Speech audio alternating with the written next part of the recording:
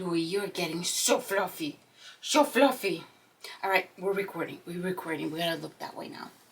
Hi guys, and welcome to DIY with Nadia. Today we are going to do a very beautiful ruffle wreath. I'm going to be using this two-toned deco mesh. This beautiful wreath is something that my DIY with Nadia Facebook group inspired. I always link it in the description box below, and they found a Valentine's wreath that they liked with a certain technique that I'm going to use in this wreath. But I wanted to do an Easter one, and I think it's going to turn out so super adorable. Louie, you ready to get started? Let's get started.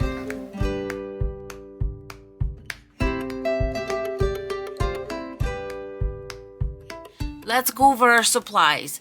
I got this hop sign from the Dollar Tree, and I thought it would match this perfectly. We got lilac right here on the H and yellow on the P, so it's perfect. Speaking of deco mesh, I got this one at Joann Fabrics, and it's 18 feet. That is only 6 yards, not 10, so always pay attention to the length. I knew I was getting a shorty, but I wanted the colors real bad. Because this deco mesh is only 6 yards and we're going to have our ruffles a little shorter, I like to fill in with some white deco mesh, and it's going to match the little O, so all of this is going to work together nicely.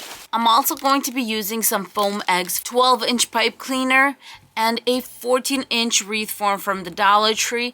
This is the silver one. I like to use the lighter ones when working with lots of white and yellows, you know, those brighter colors. We're going to use the 18 pipe cleaner method for our wreath form. This Dollar Tree 14-inch wreath form comes in 6 sections.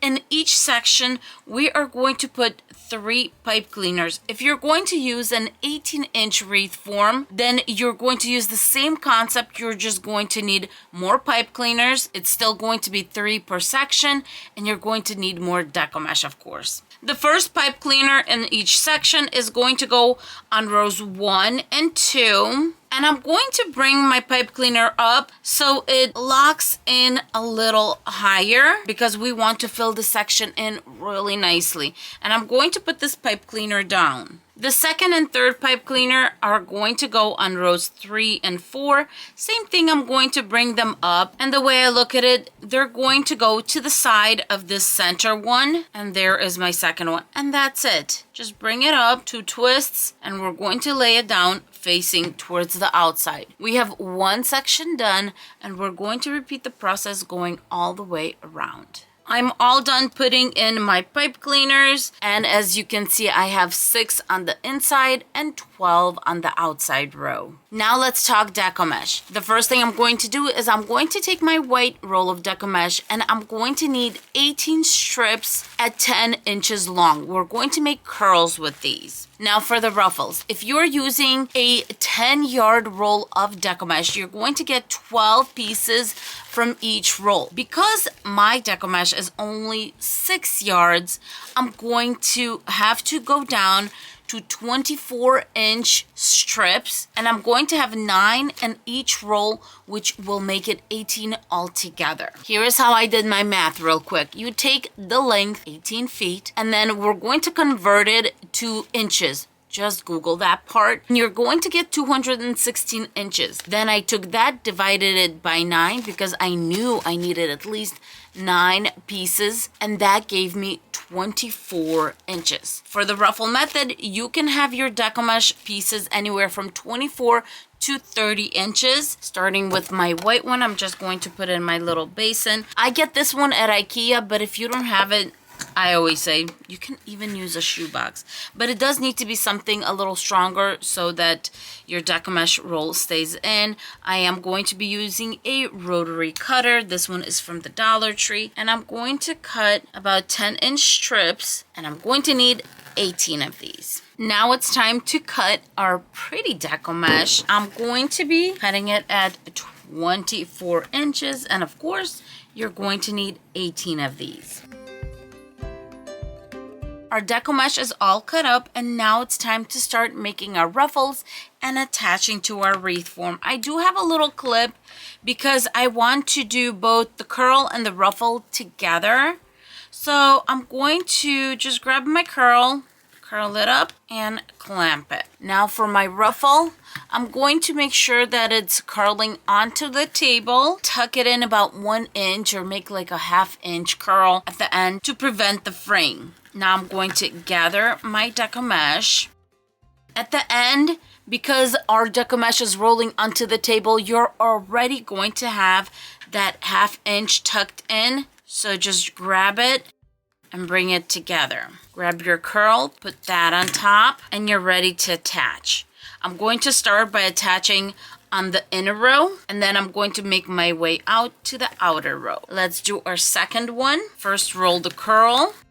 And now for our ruffle, tuck in about 1 inch and start gathering in the middle. Tuck in 1 inch on the other side, bring it together, and then add your curl on top. And because this is a two-sided deco mesh, since the yellow is on the inside, I'm going to put the yellow on the outside on my next one. And I'm going to do this going all the way around, just every other color. That way we have a nice balance.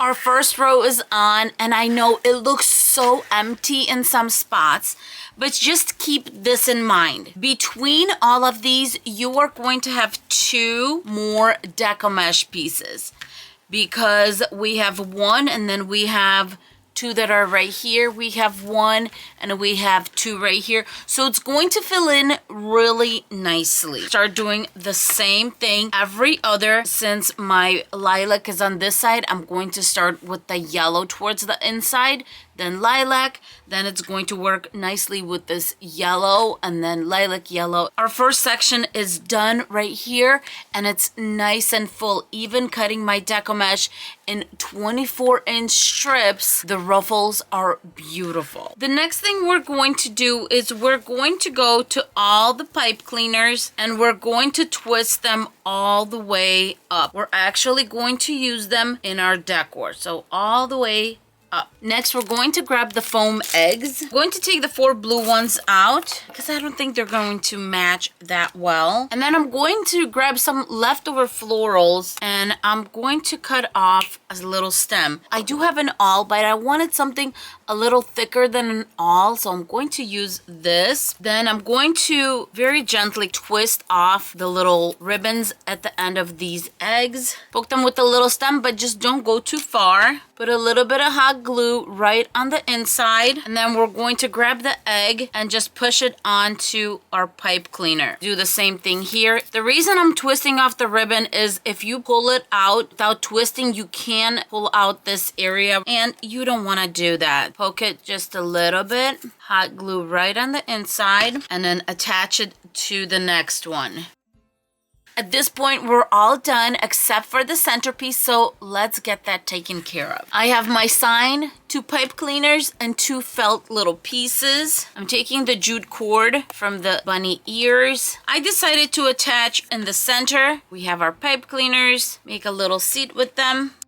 A little bit of hot glue, then our pipe cleaner, then more hot glue on top, more at the bottom, and our piece of felt goes right over. Same thing on this side. For more stability, I decided to add a pipe cleaner right here, and I'm just going to let this cool. I don't think I was recording when I attached the sign, so let me flip it back. I attached the sign on top, on both sides, and I also put in a jute cord to hang the wreath. At this point, you may decide to cover the back of the wreath form. You can either choose a placemat and just zip tie it in 3 places in the back, or you can use a steering wheel cover. I am going to use a steering wheel cover because our sign does have holes in it and I don't want the grain to show. So number 1, we are going to stretch this really Well, because obviously the steering wheel is much smaller than her frame. So stretch away a couple of times and start attaching it. Before I put this on, I'm going to make sure that our loop is not coming from the back. It's going towards the front and it's coming out. So when you put your wheel cover on, it's not going to be in the way. Beautiful. And you have that ugliness covered in the back. Let's flip this over. We are all done with this sweet Easter wreath and we're ready to hang it.